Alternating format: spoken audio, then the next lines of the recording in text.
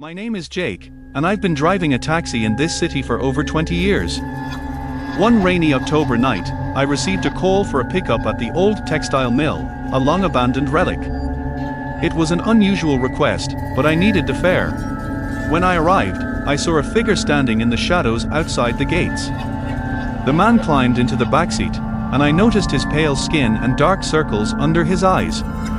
His clothes were old-fashioned and tattered, like something out of a black and white movie. "Where to?" I asked, trying to keep my voice steady.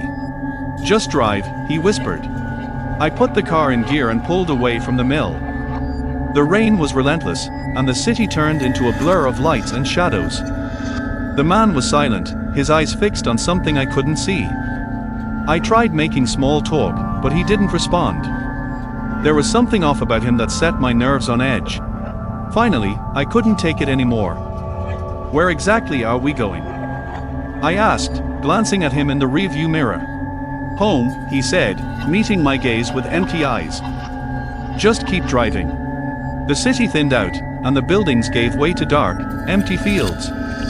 I had no idea where we were, but the man seemed to know. He leaned forward, directing me down desolate roads until we arrived at an old, dilapidated house standing alone in a field.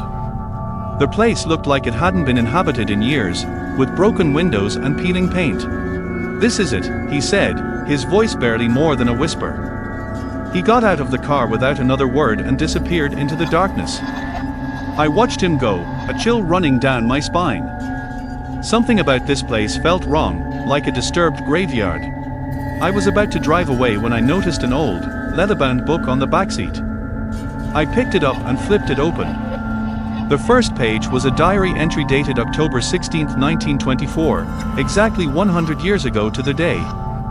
It described a man named Thomas who had lost his family in a tragic accident and wandered the streets, haunted by their ghosts.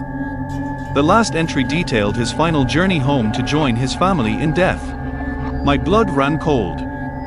I slammed the book shut and tossed it onto the passenger seat. I didn't want to think about what it meant. All I knew was that I had to get out of there. I floored the gas, my taxi tearing away from that cursed house. The rain continued to pour, but I didn't care. I drove as fast as I could, not stopping until I was back in the city, surrounded by the reassuring glow of streetlights and the noise of civilization. I pulled over, my hands trembling. I looked at the book on the passenger seat, my mind racing. Was it all some elaborate prank? A coincidence? Or had I just given a ride to a ghost? I never found out. The next day, I took the book to the police, but they just laughed it off.